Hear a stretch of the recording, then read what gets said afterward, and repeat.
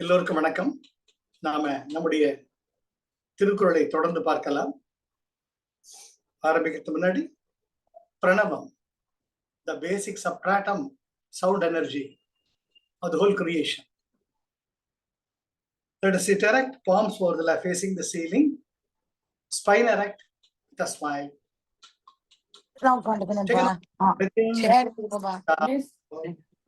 Take a deep and let go. For chanting Om, take a deep breath. Om.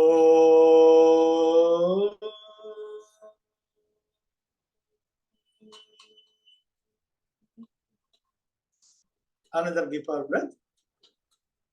Om.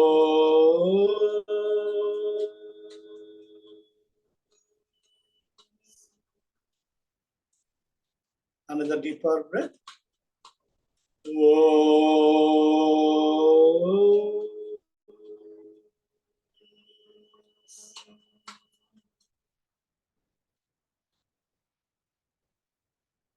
Slowly and gradually open your eyes. இப்ப நம்ம திருக்குறள் அறத்துப்பால்ல பாயிரல் முடிச்சுட்டு இல்லறவியல்ல 7 அதிகாரங்கள் முடிச்சிருக்கோம். செய் நன்றி அறிதல். நாம் ஒருத்தருக்கு சேவை பண்ணிட்டு இருக்கோம். அறவழியில் ஈட்டிய பொருளை அன்பு வழியில் மற்றவருடன் பகிர்ந்து நாம் அதை அனுபவிக்கும் பொழுது மற்றவர்கள் நமக்கு கொடுக்கக்கூடிய பிரதிபலனை எதிர்பார்க்காமல் தக்க சமயத்தில் உதவக்கூடிய அவர்களுக்கு நாம் நன்றி பாராட்ட வேண்டும். அதை உணர்த்துவதுதான் செய் நன்றி அறிதல். இதெல்லாம் செஞ்சுட்டு போறச்சே நமக்கு பேரும் புகழும் ரொம்ப கூடும். ஆஹா, அவர் பாருப்பா, எவ்வளவு பண்றாருப்பா, நல்லா பண்றாருப்பா, எல்லாருமே பாராட்டுவாங்க. தவறு கிடையாது. மனிதனின் மனித இயல்பு, ஏணியில நம்ம எவ்வளவுக்கு எவ்வளவு உயரமா போறோமோ கீழே விழுந்தா அடியும் பலமா இருக்கு. பரமபத சோபான படம்னு ஒரு விளையாட்டு இருக்கும். இப்ப அந்த ஸ்னேக் அண்ட் லேடர்னு மாடர்னா பேர் மாத்திட்டான். அதுல ஜோரா ஏணி மேல ஏறி போயிட்டே இருப்போம். மேல ஒரு பெரிய பாம்பு காத்துக்கிட்டு இருக்கும். நம்ம நினைப்போம் தாண்டி போயிடலான்ட்டு. நான் பார்க்காத பாம்பா, ஏடி மேல வந்திருக்கேன்னா இந்த பாம்பை ஜம்ப் பண்ணி தாண்டிட்டு நினைப்போம். கரெக்டா பாம்பு வயிறு விடுற மாதிரி தான் நமக்கு விடும். ஏன்னு நம்முடைய உணர்வுகள் இதை தாண்டிடும் நினைக்கிறச்சே தாண்டாம போயிட்டா அப்படின்ற கேள்வி வரும். மனித மனத்தின் இயல்பு. அது போல செய் நன்றி, நமக்கு இருக்கக்கூடிய அன்புடைமை, விருந்தோம்பல், இனியவை கூறல், செய் நன்றி அறிதல், இத்தனையும் நம்ம கடுகளவும் பிசகாமல் கடைப்பற்றி வளர்ச்ச நமக்கும் தெரியாம ஒரு மிதப்பு வரும். நம்ம எவ்வளவு பண்ணியிருக்கோம், எத்தனை பேருக்கு பண்ணியிருக்கோம். அப்பொழுதுதான் திருவள்ளுவர் ஒரு குட்டு வச்சு, மகனே நீ இல்லற வாழ்க்கையில் இருந்து கொண்ட நீத்தார் நிலைமைக்கு எப்படி போறதுங்கிற ஒரு அற்புதமான ஹைவே பைபாஸ்ல அவனை கூட்டிட்டு போயிட்டு இருக்கேன். இப்ப ஏன்டா சந்து பந்துல நுழையிற, கூடவே வா அப்படின்ட்டு திருவள்ளுவர் சொல்றார். அதுதான் நடுவு நிலைமை. நடுவு என்றால் எந்த பக்கமும் சாயாமல் ஒரு தராசு கோல் போல. ஆக நமது நிலைகள் 3 திருவள்ளுவர் சொல்றார். என்ன என்றால் பகை, நட்பு, நொதுமல். அந்த நொதுமல்ங்கிறது வேண்டியவன் இல்லை, வேண்டாதவன் கிடையாது. அன்னதானம் பண்ணிட்டு இருக்கோம், தெரிஞ்சவங்க வருவாங்க, வந்தவன் போறவன் பெருசா காட்டிக்கிறான்டா, அப்படி என்னதான்டா போட்டான் பாக்கலான்டா, அவனை ஏதாவது தப்பு கண்டுபிடிச்சு நாக்கு புடுங்கிறவன் 2 கேள்விக்கு இதெல்லாம் பார்த்தவன் நான். நல்லா இருக்கும் சாம்பார், நல்லா இருக்கும் வெஜிடபிள் பிரியாணி. என்னங்க அந்த அதுவும் குக்க கூப்பிட்டு என்னங்க பண்ணிருக்கிறீங்க, ஒரு என்ன இது, இதெல்லாம் ஒரு விருதா, இதெல்லாம் ஒரு அன்னதானமா, எங்க கிட்ட வந்து நாங்க பண்றதை பாருங்க அப்படின்ட்டு உங்க எதிரிலேயே உங்களை நோக்கடிப்பாங்க. அவர்கள் பகைமை பாராட்டவே சில பேர் வருவாங்க, தப்பு கண்டுபிடிப்பது இருப்பாங்க. நொதுமல், கேட்டு போறேன், எனக்கு சாப்பாடு கிடைச்சா போறோம்னு வந்து மகன் அத்தனை பெருமை இருக்கு. இதுதான் நம்ம திருவள்ளுவர் சொல்றார், பகுதி சொல்றார். பகை, நட்பு, நொது, இதை முன்னிலையாக வைத்து யார் எப்படி இருந்தாலும் நீ எப்படி உன்னுடைய நிலை தாழாமல், நடுவு நிலைமை, உன்னுடைய சமன்பாட்டு நிலையை இழக்காமல் எப்படி உன்னுடைய ஆன்மீக வழியில் செல்கிறாய் என்பதை பற்றி பேசுவதுதான் நடுவு நிலைமை. இது நம்ம நிதானமே போல. ஏன்னா இது உணரணும். ஏன்னா நடுவு நிலைமைங்கிற சுலபமே கிடையாது. என்ன, ஒருத்தர் நம்ம புகழச்ச நமக்கு சிரிப்பு வரும், சந்தோஷம் வரும், ஆனந்தம் வரும். ஒருத்தர் மூஞ்சிக்கு நேர குறை சொல்றச்ச மனம் வெதும். ஆனா அப்பதான் நமக்கு ஞானம் கை கொடுக்கும். நம்ம இவங்களுடைய பாராட்டுக்காகவோ இல்லாட்டி ஏசுதலுக்காகவோ நமக்கு கிடையாது. நம்ம கடமை நம்ம பண்ணிட்டே போனோங்கிற ஒரு முதிர்ச்சி வரணும். அப்பதான் இந்த நடுவு நிலைமை நீங்க. ஆக நம்ம பார்க்கலாம். தகுதி என ஒன்று நன்றே பகுதியால் பால்பட்டு ஒழுகப் பெறின். தகுதி என ஒன்று நன்றே பகுதியால் பால்பட்டு ஒழுகப் பெறின். முதல் குறள். இதை நம்ம அன்வயப்படுத்துறச்ச தகுதி என ஒன்று நன்றே. இங்க தகுதிங்கிறது நடுவு நிலைமை. நடுநிலைமை மாறாமல், பாரபட்சம் காட்டாமல், அறவழியில் இருந்து வழிகாட்டுது. தகுதி என ஒன்று நன்றே. ஆக நடுவு நிலைமையில் இருந்து நமது அறவழியை பின்பற்றி வாழ்வது மிகவும் உத்தமமானது. எப்ப? பகுதியால் பால்பட்டு ஒழுகப் பெறின். பகுதியில பகை, நட்பு, நொதுமல் எல்லாரும் வருவாங்க. ஆனால் பால்பட்டுனா வைராக்கியத்துடன் உன் நிலை இழக்காமல், நிலைப்பாடு, உறுதியுடன், விவேகத்துடன், வைராக்கியத்துடன், ஒரு உறுதிப்பாட்டுடன் ஒழுகப் பெறின். உணர்வுகளை கட்டுப்படுத்தணும், வெளிப்படுத்தக்கூடாது. எப்படி அற்புதமா சொல்வார் கம்பநாட்டோட, சித்திரத்தின் அலர்ந்த செந்தாமரை முகத்தினா அப்படின்னு ராமபிரான சொல்லுவார். சொல்லிட்டு தசரத சக்கரவர்த்தி மென்னும் ஒழுங்காம, ராமா என்னுடைய நிலைமை எப்படி இருக்குடா, நீ காட்டுக்கு போனண்டா, நான் உயிர் தெரிக்க மாட்டேன்டா சொல்றப்ப கூட சித்திரத்தின் அலர்ந்த செந்தாமரை சார் என்ன சார் நம்ம படிக்கல சார். அந்த கம்ப நாட்டாளர் சொல்லுவார், எப்படி ஒரு சித்திரத்தில் ஒரு அழகான தாமரை மலர் மலர்ந்துட்டா, குளத்தில் மலரக்கூடிய அற்புதமான தாமரை மலர் காலையில நல்லா மலரும், அப்படியே ஒரு மொழலுக்கு ஈவினிங் ஆக, சாயங்காலம் ஆக ஆக அதனுடைய எதிர்கள் மூடிக்கொள்ளும். ஆனால் ராமன் அப்படி இல்லையா, தனக்கு பட்டம் சூட்டப்படும் என்ற பொழுதும் பட்டம் நீத்து நீ கானகம் செல்ல வேண்டும் என்று அவருக்கு அந்த வார்த்தைகளை கேட்ட பொழுதும் சித்திரத்தின் அலர்ந்த செந்தாமரை முகத்தினான். அதுதான் பகுதியால் பால்பட்டு ஒழுகப் பெறின். நதியின் பிழை என்ற நறுப்புதல் இன்மை. இலக்குவா விதியின் பிழை, நீ என்ன செய்ய முடியும்? இது கேட்ட உடனே லட்சுமணன் கையை கால பதறது, அப்படியே பிபி எகுறது. அந்த தசரதனா அவன் எங்க அப்பனா, அவன் உண்டில் ஆக்கிற வாணி, உன்ன மாதிரி ஒரு பிள்ளைய பத்தி உனக்கு பட்டாபிஷேகம் கட்டவன் வேற யாருக்கு கட்டுவான்? அப்படிங்கிறப்ப நில், அண்ணன் சொல்லுக்கு மரியாதை கொடுக்கும். நதியின் பிழை அன்று நறும் புனல் இன்மை. ஒரு ஆறு நிறைய ஜீவன் ஓடிட்டு இருக்கு, வெயில் காலம் வருது, அப்போ நம்ம தண்ணி இல்ல, தண்ணி வற்றி மணல் படுகையா இருக்கு. அப்போ அது நதியின் பிழையா?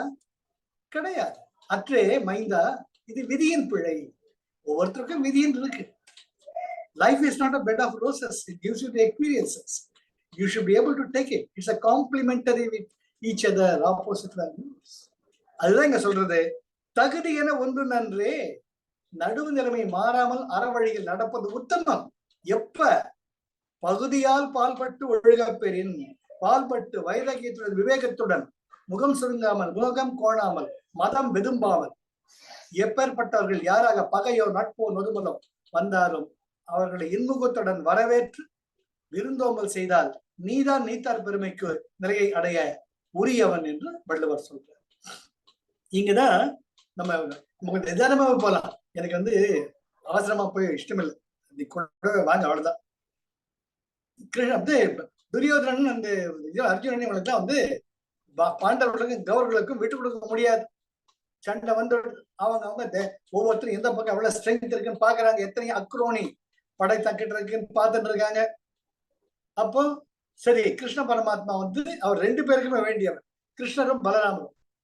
சரி, நம்ம கிருஷ்ணரை பார்த்து, கிருஷ்ணர் நிறைய படை நிறைய இருக்கு, எப்படி நம்ம விட்டு மாட்டிட்டோன்ட்டு காலங்காத்தால் விடிய காலையில வர்றார். கிருஷ்ண பரமாத்மாவுக்கு தெரியாது, அவர் கண்ணு மூடிட்டு அப்படி தூங்குறா போல இருப்பார், யோக நித்ராவில் இருப்பார். துரியோதனன் வர்றார். வந்த உடனே அவர் தலை மாற்ற ஒரு சேரு, கால் மாற்ற ஒரு சேர். சரி, கால் மாற்ற உட்கார போவான். இவன் மாட்டிடையன், இவனுக்கு என்ன மரியாதை, தலை மாட்டிட்டு இருக்க சேர்ல போய் கால் மேல கால் போட்டு உட்காரு. அர்ஜுனன் பின்னாடியே வரலாம். அர்ஜுனன் பின்னாடி ஆஹா கிருஷ்ணா நீ ஓய்வு விட்டு கண்ணு மூடி இருக்கிறது பாக்குறதே கஷ்டம், எப்ப பார்த்தாலும் ஓடிட்டே இருப்ப, உன் தூக்கத்தை நான் கலைக்க மாட்டேன் அப்படின்ட்டு காலன் இருக்கிற சேரை இழுத்து போட்டு நிலத்துல அவர் பாதத்தை ஒட்டி தன் தலையை வைத்து காத்துக்கிட்டு இருக்கும். நம்ம கண்ணு திறக்கறச்சு மேல பார்க்க மாட்டோம், கீழே தான் பார்ப்போம் சாதாரணமா. அது போல கிருஷ்ணர் வேணும்ன்ற கீழே பார்க்கல, ஏ அர்ஜுனா, ஏ மச்சான் எப்படிடா இருக்க, சௌக்கியமா இருக்கே, எப்ப வந்த நீ, உனக்கு என்ன வேணும்னு சொல்லு அப்படிங்கிறச்சே அப்படின்னு துரியோதனை கொஞ்சம் கனைப்பான், நான் இருக்கேன். துரியோதனை வாப்பா வாப்பா நீயும் தானே வா வான்றப்ப நான் தான் முதல்ல வந்தேன் அப்படின்னு துரியோதனை. அப்ப கிருஷ்ணர் சொல்வ, முதல்ல வந்தவனுக்குதான் முதல் என்று வாக்கு, என்ன வேணும் கேளுங்க, நான் இந்த போரை பொறுத்த மட்டில் நடுவு நிலைமை மதிப்பவன், எனக்கு வேண்டியவங்க வேண்டாதவங்க கிடையாது, என்கிட்ட என்ன எதிர்பார்க்கணும் தரலன்றப்ப துரியோதனன் சொல்லுவான், இந்த ஒண்ணுமே வேண்டாம், உன் படை பரிவாரங்களை எனக்கு குத்துட்டினாது போறோம், வெற்றி எனதே நிச்சயம். அர்ஜுனா அப்படி அப்படி அப்பா துரியோதனா அப்படி ஒரே வார்த்தை சொல்ல முடியாது, அர்ஜுனனே ஒரு வார்த்தை கேட்டது, ஏப்பா அர்ஜுனா உனக்கு என்ன வேணும்னு சொல்லு. கிருஷ்ணா, சூத்திரதாரியா நீ இருக்கச்சே, எனக்கு எதுவுமே வேண்டாம், எனக்கு எது நல்லதுன்னு உனக்கு தெரியும், நீ எங்க கூட இருந்தா அதுவே போதும் அப்படின்னு சொல்றச்சே கிருஷ்ண பரமாத்மா சிரிச்சுக்கிட்டு, என்னுடைய 14 அக்ரோனி படைகளும் துரியோதனனுக்கு போய் சேரட்டும், நான் ஒருவன் பாண்டவர்கள் பக்கம் இருக்கும்ட்டு வாக்கு. அதுதான் நடுவு நிலைமை. வேணும் வேணாம் தன்னை நாடி வருபவர்களுக்கு முகம் கோணாமல் அவர்கள் கேட்டதை அவர்கள் விரும்பும்படி தருவது கிருஷ்ண பரமாத்மா சொல்லணுமா இது. அதனால தமிழ்ல அப்படி அடுத்தது போலாம். செப்பமுடையவன் ஆக்கம் சிதைவின்றி எச்சத்திற்கும் ஏமாப்பு உடையது. செப்பம் உடையவன் ஆக்கம், செப்பம்னா நன்மை, நல்லது, உயர்ந்தது, சிறப்பு. அப்பேற்பட்ட நடுவு நிலைமையில் யார் ஒருவன் தன் வாழ்க்கையை அமைத்துக் கொள்கின்றானோ, ஆக்கம் அவருடைய செல்வமானது, அவருடைய ஐஸ்வர்யமானது சிதைவின்றி குறைவுபடாமல் எச்சத்திற்கும் ஏமாப்புடைத்து அவருடைய வழித்தோன்றலாகிய பரம்பரைக்கும் குறைவொன்றும் இல்லாமல் நல்ல வாழ்க்கையை வாழ்வார்கள் திருவள்ளுவர் சொல்ற. எப்பொழுது நீ நடுநிலைமை நீங்காமல் உன் அறவழியில் இருந்து அன்பை காக்கிறாயோ, அப்பொழுது உன்னுடைய செல்வமானது வீணா போகாம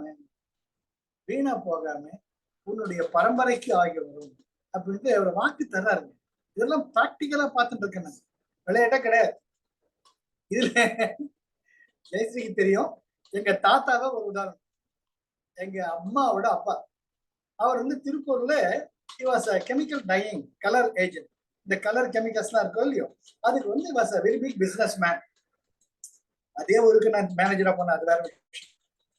அவர் ஒரு காலத்துல வரைக்கும் எத்தனையோ பேர்களை எடுத்து ஆதியத்தவர்களை வளர்த்து, முக்கியமா 4 பேர் அவரு அனாதியா இருந்தப்ப, அப்பா அம்மா இல்லாதப்ப எடுத்து அவருக்கு யோகாசனம் சொல்லி ஸ்கூல்ல படிக்க வச்சு, காலேஜ்ல வர படிக்க வச்சு, ஒருத்தர் இன்கம் டாக்ஸ் ஆபீசர் ஆனார், ஒருத்தர் கம்யூனிஸ்ட் தலைவர் ஆனார், ஒருத்தர் செக்ரட்டேரியட்ல வேலை செஞ்சார், ஒருத்தர் சினிமா ஆனார்.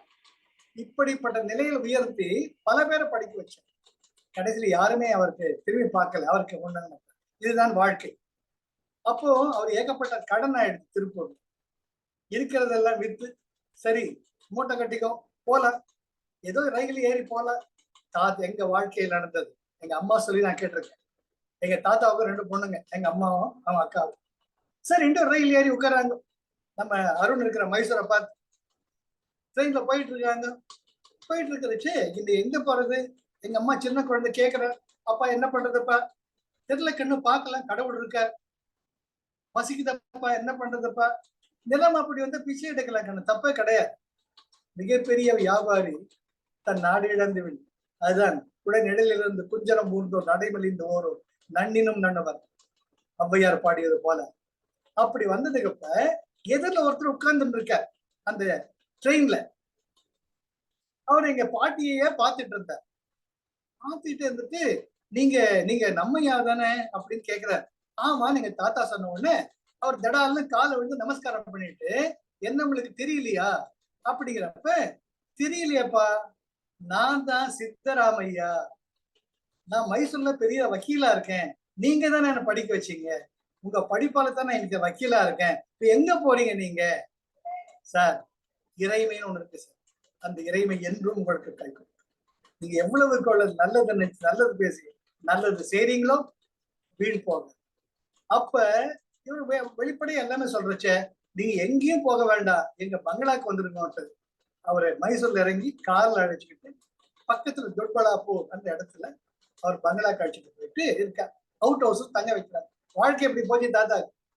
தாத்தா இருந்தாலும் சும்மா இருக்க முடியாது, ஏன்னா வேலை பண்ணணும்ன்றப்ப எங்க தாத்தா வந்து குட் கார்டனர், நல்ல தோட்டக்காரர்ல வேலையெல்லாம் பண்ணுவார். அதுல அங்க 3 மாசம் இருக்கார். அப்போ அந்த சித்தராமையா தான் one of the members of the theosophical society. இப்ப நம்ம அடையாள இருக்கு அங்க டாக்டர் அன்னி பெசன்ட். அப்போ அவங்க தெலுங்கு இங்கிலீஷ் டிக்ஷனரி தயாரிச்சுட்டு இருக்காங்க. அப்போ நல்ல ஒரு செக்ரட்டரி வேணும்ன்றப்ப சித்தராமையா ரெக்கமெண்டட் பை தாத்தா ஜே.கே. எப்படிதான் பார்த்து வளர்த்தாங்க. அப்படிதான் எங்க தாத்தா வந்து தியோசாபிக்கல் சொசைட்டியை சேர்ந்தார். அப்படி வாழ்க்கை போறது எதுக்கு சொல்ல வரேன்னா, செப்பமுடையவன் ஆக்கம், நடுவு நிலைமை தவறாமல். இன்னைக்கு எங்க தாத்தா வந்து அந்த 4 பிள்ளைங்களை மத்த எதையுமே எதிர்பார்க்க, அப்புறம் மொள்ள அவங்க வந்து எங்ககிட்ட ஒட்டிக்கிட்டாங்கன்னு வச்சுக்கோங்க, அது வேற விஷயம். ஆக தாத்தாவுடைய வம்சமாகிய நாங்கள் எந்த வகையிலையும் குறைஞ்சு போல, தேவைக்கு அதிகமாகவே இறைவன் கொடுத்து ஒரு நல்ல நிலையில் வைத்திருக்கிறார். அதுதான் செப்பமுடையவன் ஆக்கம் சிதைவின்றி எச்சத்திற்கும் ஏமாப்புடைத்து. தாத்தா அப்படி நல்ல வழியில் இருந்ததுனால அவர்கள் வழித்தொடர்களாகி எங்களுக்கும் வந்து எந்த குறையும் இல்லை. இது வந்து வாழ்க்கையில நான் கற்றுக்கொண்ட பாடம். ஓ, அப்ப நம்மளும் நல்லது செய்யணும், நம்ம நல்லது பேசணும், நல்லதை நினைக்கணும். These are the rich lessons we got, as நம்ம திருவள்ளுவர் சொல்ற மாதிரி. செப்பமுடையவன் ஆக்கம் சிதைவின்றி, கொஞ்சமும் குறைவுபடாமல் பல மடங்காக எச்சத்திற்கும் ஏமாப்புடைத்து அவர்களுடைய வழித்தொண்டர்களுக்கும் பாதுகாப்பாக கூடவே வரும். அதுக்கு அடுத்தது நன்றே தரினும் நடிவு இகந்து ஆம் ஆக்கத்தை அன்றே ஒழிய விட. நன்றே தரினும் நடுவு இகந்து, நடுநிலைமை இல்லாமல் ஒருவர் உனக்கு செல்வத்தை கொடுப்பாரேயானால் ஆம் ஆக்கத்தை, ஆக்கம்னா செல்வம், அன்றே ஒழிய விடல், அதை டச்சு கூட பண்ணாது, தூக்கி போடு. நடுவு நிலைமையில் வராத எந்த பொருளும் உங்ககிட்ட வந்ததென்ன, அது நல்லதுக்காகவே கொடுத்தா கூட நன்றே தரினும் நடுவு இகந்து ஆம் ஆக்கத்தை, அறவழியில் பெறாமல் பெற்ற செல்வத்தை ஒருவன் உன்னிடம் கொண்டு வந்த தருவானை, ஆனால் அன்றே ஒழிய விடல், அப்பவே அந்த கணமே அதை டச் பண்ணாது, எடுத்துட்டு ஒழிட்டார். ஜென் மாஸ்டர் வந்து அவர் உண்டு, அவருடைய ஆசிரமம் உண்டு அப்படின்னு இருக்கிறார்.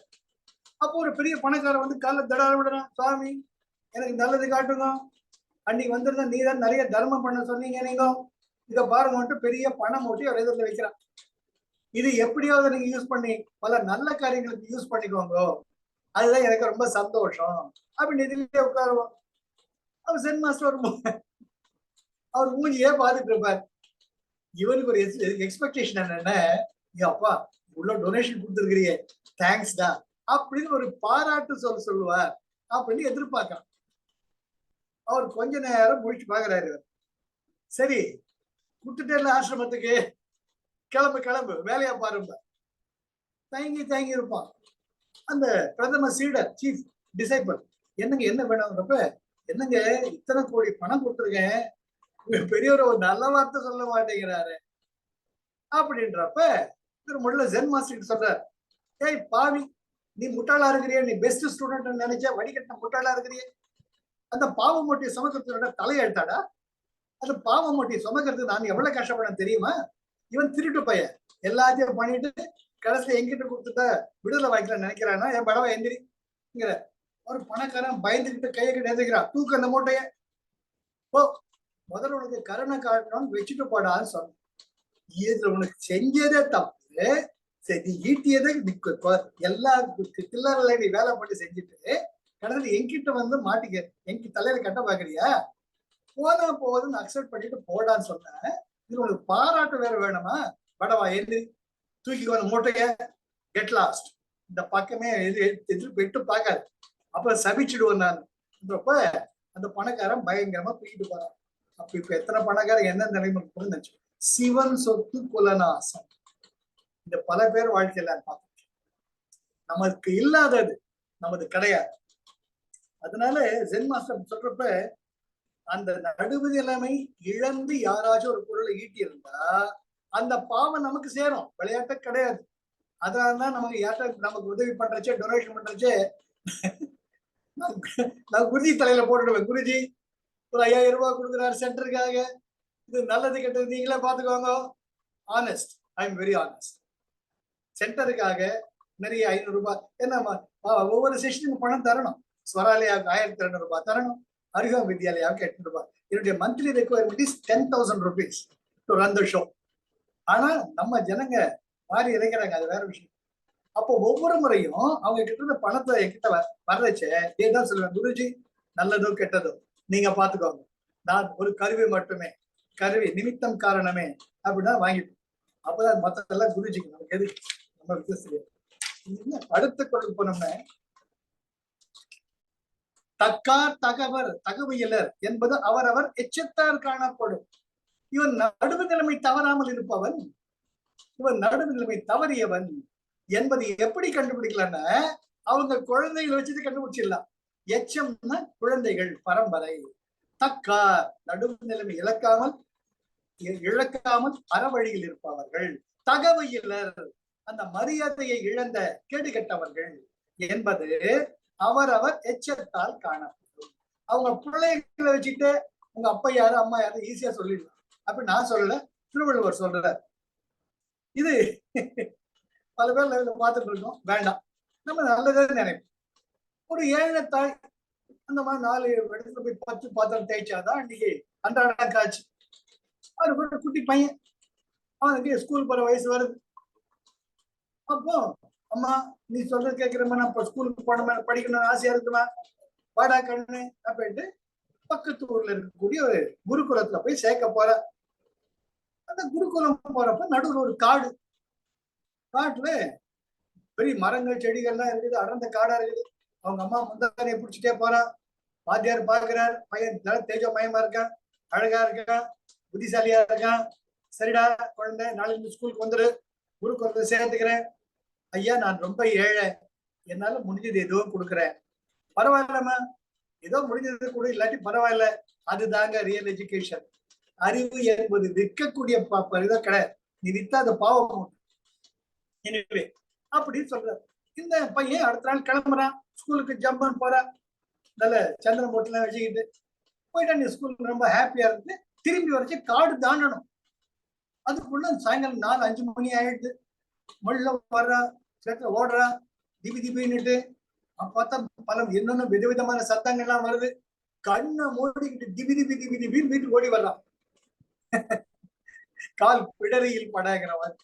அவங்க அம்மா சொல்லுவாங்க, ஏண்டா வேட்டு விடுவிருக்க வர மகனே? அம்மா நேற்று என் கூட இருந்தேன், காலையிலேயே போயிட்டு காலையில வந்துட்டோம், ராத்திரி அண்ணா நொன்னும் சத்தம் கேட்குமா? அவ்வளவுதான்டா, நீ கவலையா படாத, உனக்கு ஒரு அண்ணன் இருக்கான்னு தெரியுமோ? அவன் காட்டுலயே இருப்பான், அந்த காட்டுக்கே அவன் தான் ராஜா, அவனுக்கு தெரியுமா? ஏமா இத்தனை நாள் சொல்லல? அந்த பையன் ராஜாவா இருக்கான், நம்ம தான் பார்த்துட்டு இருக்கணும். தங்கமான பையன் உங்க அண்ணன். அப்படியா? என்ன பேரு? கண்ணா. கண்ணன் அவன் பேர். அப்படியா? அப்ப அண்ணாவை கூப்பிடலாமா? டிஸ்டர்ப் பண்ணாத, அவனுக்கு தாய்க்கு மேல வேலை இருக்குது. உனக்கு எப்போ பயமா இருக்கோ அப்ப அண்ணா அண்ணான்னு கூப்பிடு, இன்னும் பார்த்துப்பான். நம்பிக்கை. It's all the auto suggestion சொல்ற மாதிரி இந்த காலத்துல சைக்கோ அனலிஸ்ட்லாம் சொல்லுவாங்களோ, அந்த மாதிரி ஆட்டோ சஜஷன். ஸ்கூலுக்கு போறா, உனக்கு இருட்டு விதவிதமான சப்தம் வருது, எனக்கு பயம். நெஞ்சதை எடுத்துக்கிட்டு ஏ அண்ணா, ஏ அண்ணா சீக்கிரமா எனக்கு பயமா இருக்குதுங்கிறான். அண்ணனாவது கண்ணனாவது யாரும் இல்லை, ஒரே சைலண்டா இருக்கு. இது டவுட் வருது, அம்மா என்கிட்ட ஏமாத்துறாங்களா, ஏன் இப்படி சொல்றாங்க? ஏ அண்ணா, நான் கூப்பிடுறது காதுல இல்லையா, விழலையா, நான் செத்தே போயிடுவேன். இருடா வர்றேன், ஏன் அதுக்குள்ள அவசரப்படுற அப்படின்ட்டு மயில் பீலி அணிந்த ஒரு அற்புதமான கிரீடம் அணிந்து தன்னுடைய இடையில் சிறுகிய ஒரு குழலோடு வர்றான். ஹை, அவர் பையன் அவங்க அண்ணெல்லாம் வந்தான். அண்ணே இது நான் புள்ளங்கள்லாம் வச்சிருக்கிறியே, நான் ஜோர வாசிப்பேனே. அண்ணன் கொஞ்சம் வாசி கேட்கலாம். 2 பேரும் ஜாலியா குழல் வச்சு பேசிக்கிட்டு விளையாடிக்கிட்டு. சாதாரண ஒரு நேரத்தோட லேட்டா வருவான் பையன் வீட்டுக்கு. அவங்க அம்மா கேட்பான், அவங்க அம்மாவுக்கு பயம் வந்துடும். இப்ப பயந்துட்டானா, என்னடாச்சு குழந்தை, அம்மா ஏமா கேக்குற? என்னை விட 10 மடங்கு அழகா இருக்கான் எங்க அண்ணன். தேஜ ஜோரா இருக்கான், அப்படியே ஒளி வீசுறான், என்ன நல்லா புள்ள மலர் வாசிக்கிறான். எனக்கு தான் ஒரு மண்ணும் வரல. நான் கூட எங்க அண்ணன் கிட்ட கத்துக்க போறேன். அண்ணன் பேர் கண்ணான்னு நானு. அவன் முதல் சொல்ல அண்ணான்னு ஏண்டாங்கிறாரு. எனக்கு பயமே இல்லை. அதுதான் அண்ணாவோட விளையாட்டு லேட் ஆயிடுச்சு. இப்படியே நாட்கள் கழிகின்றன. அப்போ ஒரு நாள் அவங்க வாத்தியாருக்கு பர்த்டே வருது. எல்லாரும் அவங்க பிரசன்ட். உங்க அம்மா பாக்குறவங்க ஒண்ணுமே இல்லடா, கைய பேசுகிறாங்க. சரிடா கண்ணு, என்கிட்ட ஒரு குவளை பால் இருக்குது, இதை எடுத்துட்டு போறியா நீ? இல்லம்மா, இத்தனோட போய் என்ன எடுத்துட்டு போறது நானு. சரிடா கண்ணு, என்னாலும் சரி கொஞ்சம் அவளு அது சக்கரை வச்சு சின்ன மூட்டையில தர்றாங்க. இதுக்கு ஒரு அவமானமா இருக்கு. அவங்க பெரிய வீட்டு பிள்ளைங்க என்னென்னோ கொண்டு வருவாங்களேன்ட்டு இவன் ஒதுங்கி ஒதுங்கி போறான். பார்த்தா அவங்க அண்ணன் வர்றாரு காட்டுல. என்னடா மூஞ்சி முகம் மாடி இருக்குது, இந்த மாதிரி எங்க வாத்தியாரு இந்த மாதிரி பண்ணாரு உள்ளதானே, சரி எனக்கு இஷ்டமான நான் இந்த தயிர் தரேன், நான் உங்க ராஜா வாத்தியார்கிட்ட போய் கூப்பிடுவா, அவர் ரொம்ப பிடிக்காதுக்கு, எனக்கு பிடிச்ச வெண்ணையும் தரேன் நான்ட்டு ஒரு குவளையில அழகான கட்டி தயிர் ஒரு மண் பாண்டத்தில் தர்றாரு.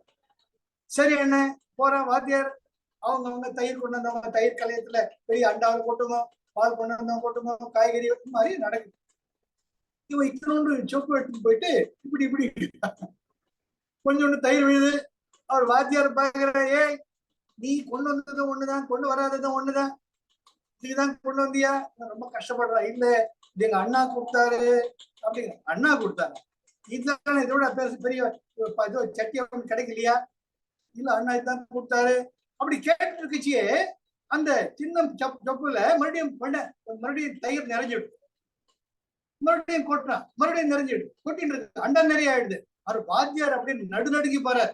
ஏன் யார் அவங்க அண்ணன், என்னடா நடந்துட்டு இருக்கு, எனக்கு தெரியாது. அண்ணன் இதெல்லாம் புல்லாமல் வாசிப்பார், ஒரு நாள் கேளுங்க, நம்ம ஒண்ணு இங்க ஒரு இசை கச்சேரி வச்சுக்கலாம்.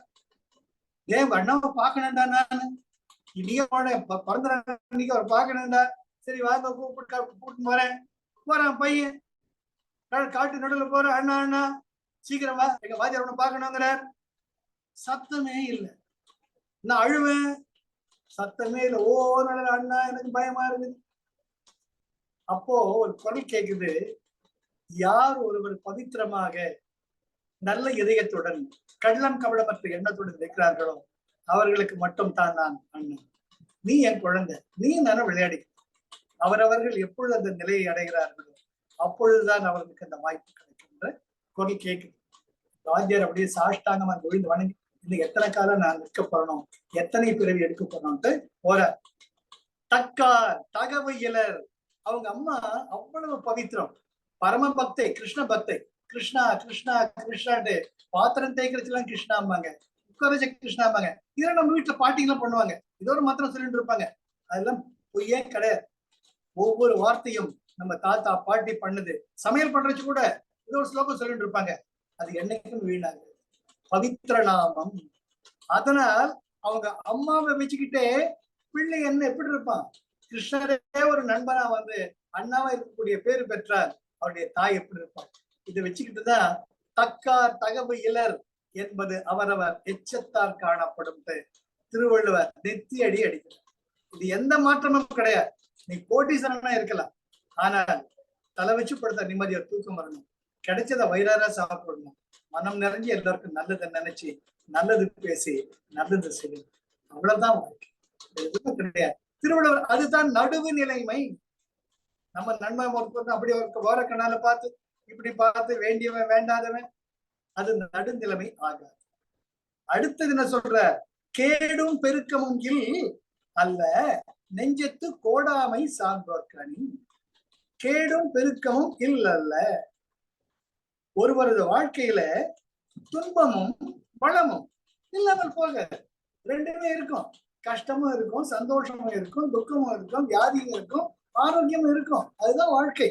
நான் சொல்ல வள்ளுவர் சொல்ற, கேடும் துன்பமும் பெருக்கமும் வளமையும் இல் அல்ல, இல்லாமல் போகாது. நெஞ்சத்து கோடாமை சார்ந்தோர்கணி. நீ சந்தோஷமா இருக்கிறியோ துக்கத்துல இருக்கிறியோ, அப்ப கூட என்ன நடந்தாலும் உன்னுடைய மனநிலையில் நீ நடுநிலைமை சார்ந்தவனாக இருக்க வேண்டும். அதுதான் உனக்கு அழகு. அப்படி இருந்தால்தான் நீ நீத்தார் பெருமை நிலையை அடைவாயிட்டு வள்ளுவர் அறுதியிட்டு உறுதியாக கூறுகிறது. கேடும் பெருக்கமும் இல் அல்ல. இல் அல்ல இல்லாமல் போகாது. ஒருவருடைய வாழ்க்கையில் கேடும் துன்பமும் பெருக்கமும் வளமையும் இல்லாமல் போகாது. அதுதான் வாழ்க்கை, அதுதான் மனித வாழ்க்கை. The human birth is imperfection. The perfect பண்ணிக்கிறதுதான் நம்ம இங்க இருக்கோம். நெஞ்சத்து கோடாமை சார்ந்தோர்கணி. கடவுளுக்கு கண்ணே இல்ல, அவர் என்ன கவனிக்கல, நான் கஷ்டப்பட்டு இருக்கேன், நல்லா இருந்த பண்ண, இப்ப யாருமே பார்க்கலையே அப்படி சொன்னா நாம தான் வடிகட்ட முட்டாள். திருவள்ளுவர் என்ன சொல்றார்? நெஞ்சத்து கோடாமை. என்னை படைத்தறியவனுக்கு எனக்கு என்ன அனுபவம் தர வேண்டும் என்று தெரியும். அந்த அனுபவத்தை நான் நெஞ்சம் சந்தோஷமாக மனதார ஏற்றுக்கொள்வேன். என்ன இருந்தாலும் நான் என்னுடைய உறுதியை விட மாட்டேன். அதுதான் முக்கியம். அது முக்கியம். ஒற்றுணை வேதியல் ஜோதிவானம் பொருந்த திருந்தடிப்ப ஒற்றுணை வேதியல் ஜோதிவானவன் சொற்றுணை வேதியன் ஜோதிவானவன் பொற்றுணை பொருந்த திருந்தடி கைத்தொழ கற்றுணை பூட்டியோர் கடலில் பாய்ச்சினும் நற்றுணையாவது நமச்சிவாய். அற்புதமான மணிக்கு கற்றுணை பூட்டியோர் கடலில் பாய்ச்சினோம். கல்லு தீவுல என்ன கட்டி நீ கடல்ல போட்டாலும் சரி, நற்றுணையாவது நமச்சிவாயவே. இதெல்லாம் பார்த்தவன் பூண்டி சாமியார் நீங்க எங்க பார்க்க முடியும்னு குப்பை போடுற இந்த அங்கேயும் இருப்பார், அதே கோயிலையும் இருப்பார். அவர் சித்தர்.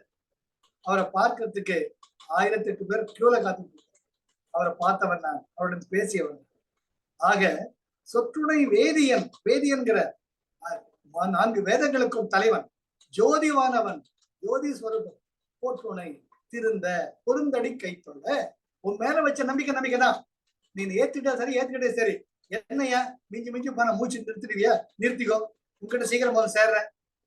கற்றுணை பூட்டியோர் கடலில் பாய்ச்சினும் நற்றுணையாவது நமச்சிவாயது. அதுதான் கேடும் பெருக்கமும் இல் அல்ல. வாழ்க்கை என்பது இரண்டுமே சேர்ந்ததுதான். நெஞ்சத்து கோடாமை. நெஞ்சத்துல கொஞ்சம் கூட இல்லாம கடவுளுடைய உனக்கு தெரியும் நான் அனுபவங்களை ஏற்றுக்கொள்வேன். சான்றோர்க்கு அணி. அப்பொழுதுதான் நீ நீத்தார் பெருமையை நோக்கி நகர்கிறாய் என்று பொருள் என்று அழகாக சொல்ற அற்புதமான திருக்குறள். கெடுவல் யான் என்பது அறிக தன் நெஞ்சம் நடுவரி அல்ல செய்யும். இங்கே துன்பம் அந்த காலத்திலேயும் கடவுளுக்கு உனக்கே சமர்ப்பணம். தை வில் பி டன் இன்ஷா அல்லாஹ், இன்ஷா அல்லாஹ். அந்த மாதிரி ஒவ்வொரு மதமும் அந்த இறைவனை போற்றுவதை போல இப்ப அடுத்தது அப்படியே 180 டிகிரிஸ் ஜம்ப் பண்றார் திருவள்ளுவர். கெடுவல் யான், நான் கேடு போயிடுவேன். எப்போ? தன்னஞ்சம் நடுவொரி அல்ல செய்யும்.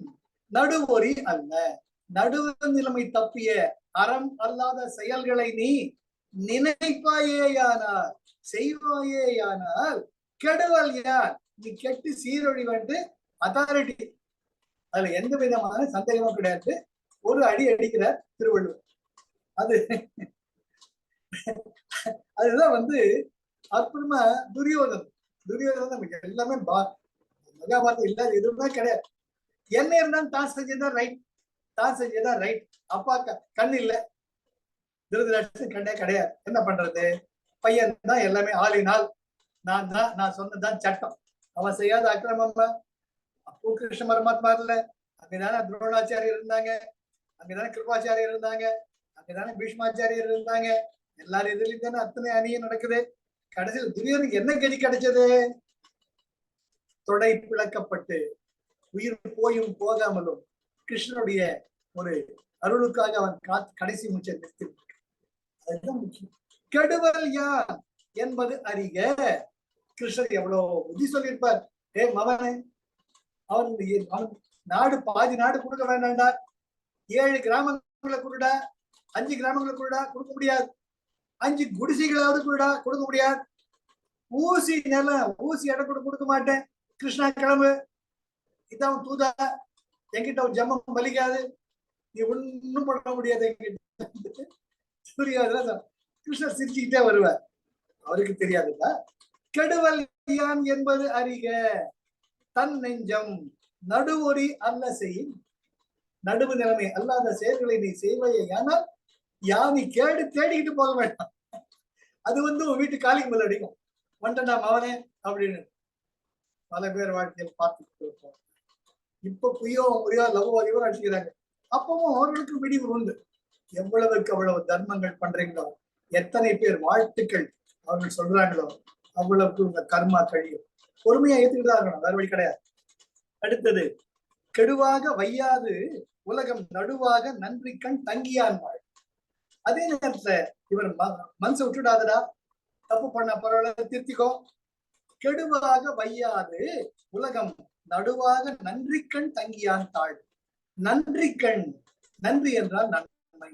மற்றவர்களுக்கு நான் நடுவாக, நடுவு நிலைமை தவறாமல் நன்றி கண் நன்மையே செய்து தங்கியான் வாழ்வு.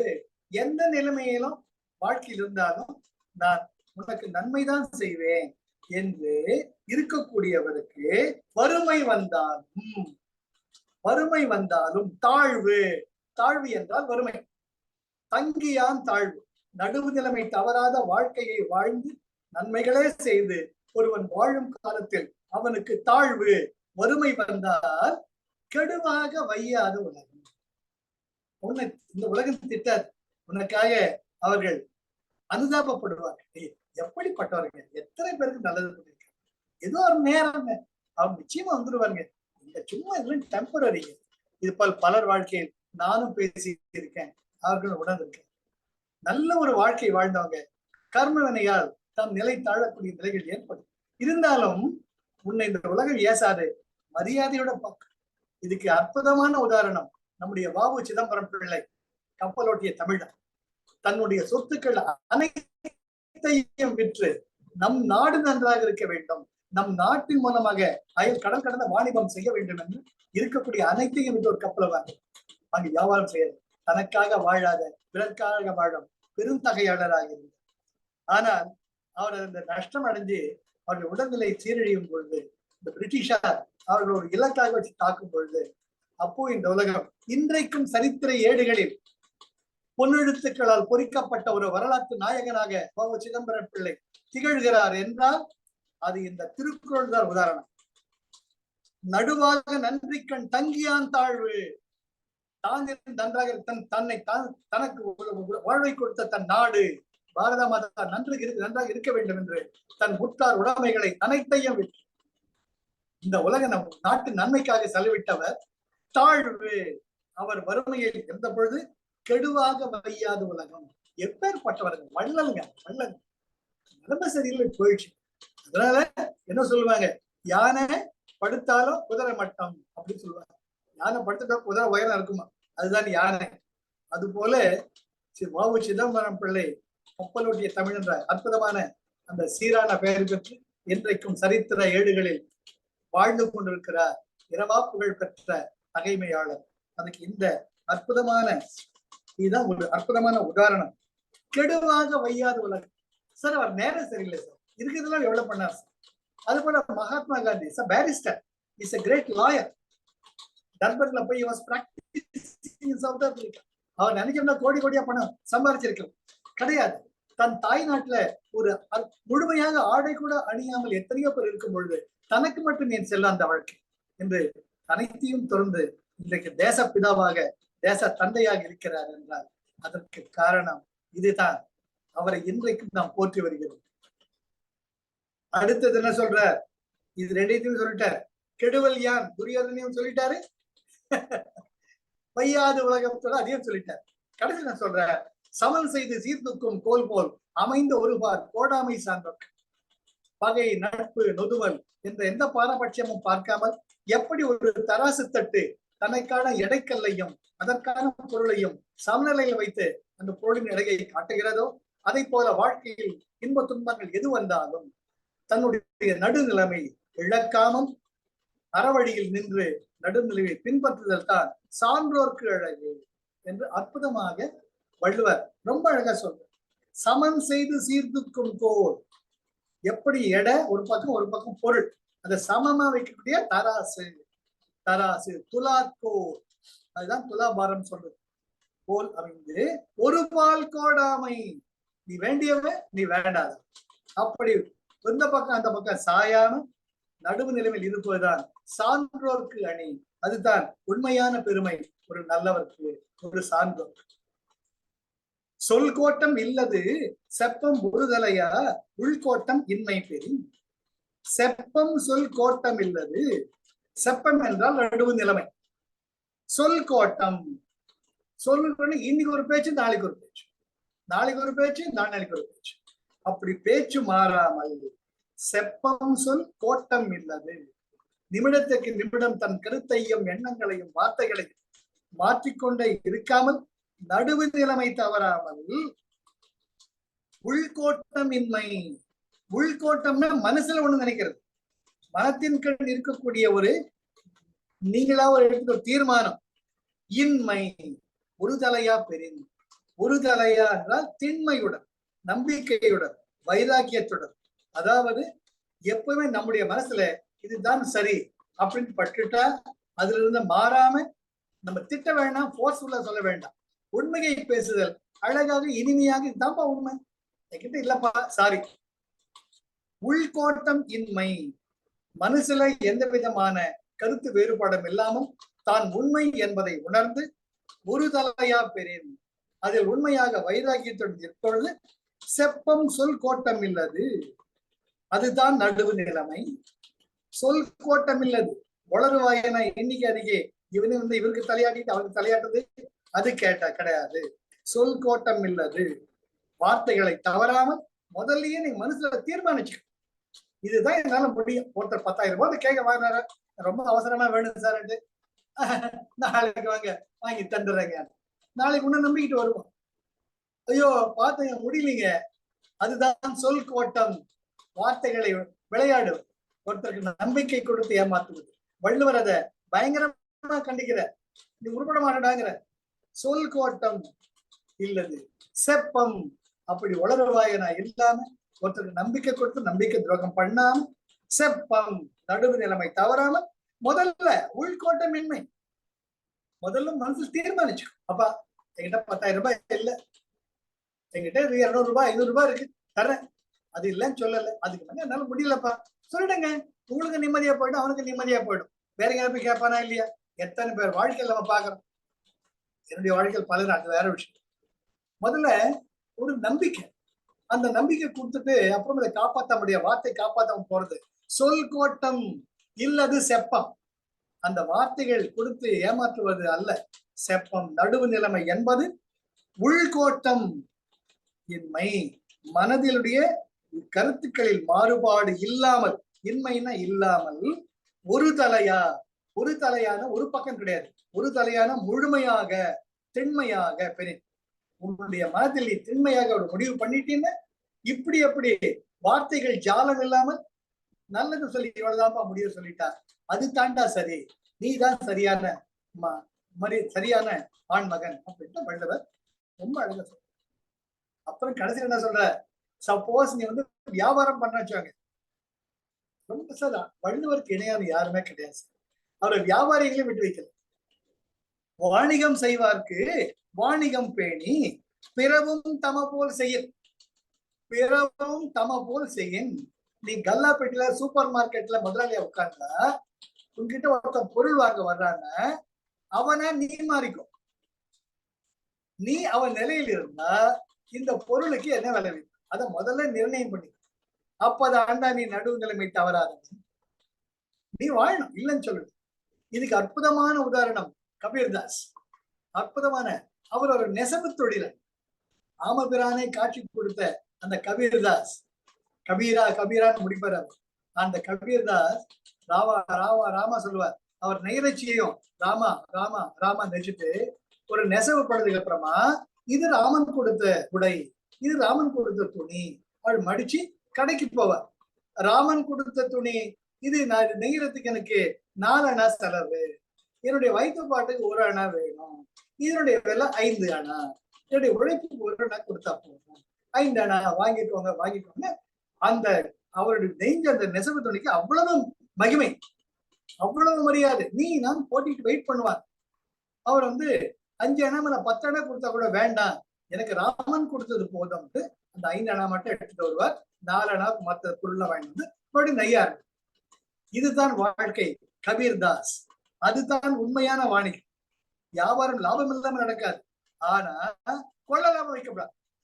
கொள்ள லாபம் வச்சவன்லாம் எத்தனை பேர் சிம்ஸ் ஹாஸ்பிட்டல் இருக்கா, எத்தனை பேர் ராமச்சந்திரா ஹாஸ்பிட்டல் இருக்கான்னு நான் பார்த்துட்டு இருக்கேன். சார், அரசு கொள்ளும், தெய்வம் நின்று கொள்ளும், நின்று கொள்ளும், கதற கதற இந்த மாற்றமும் கிடையாது. வாழ்க்கையில் பார்த்துட்டு வாணிகம் செய்வார்க்கு வாணிகம் பேணி. உங்ககிட்ட ஒருத்தர் வியாபாரம் பண்ண வர, ஏதோ பர்ச்சேஸ் பண்ண வர, வாணிகம் பேணி. நீ செய்யக்கூடிய வியாபார தர்மத்தை கடைபிடித்து உன்னை நஷ்டத்துக்கு வைக்க சொல்லல, நீயும் பழைக்கணும், அதுக்கான லாபம் வச்சுக்கோ. பிறவும் தம போல் செய்யும். உன்னை நாடி வருபவரை நீயாக கற்பனை செய்து கொண்டு உனக்கு நீ என்ன செஞ்சோயோ அது போல் செய்யும்.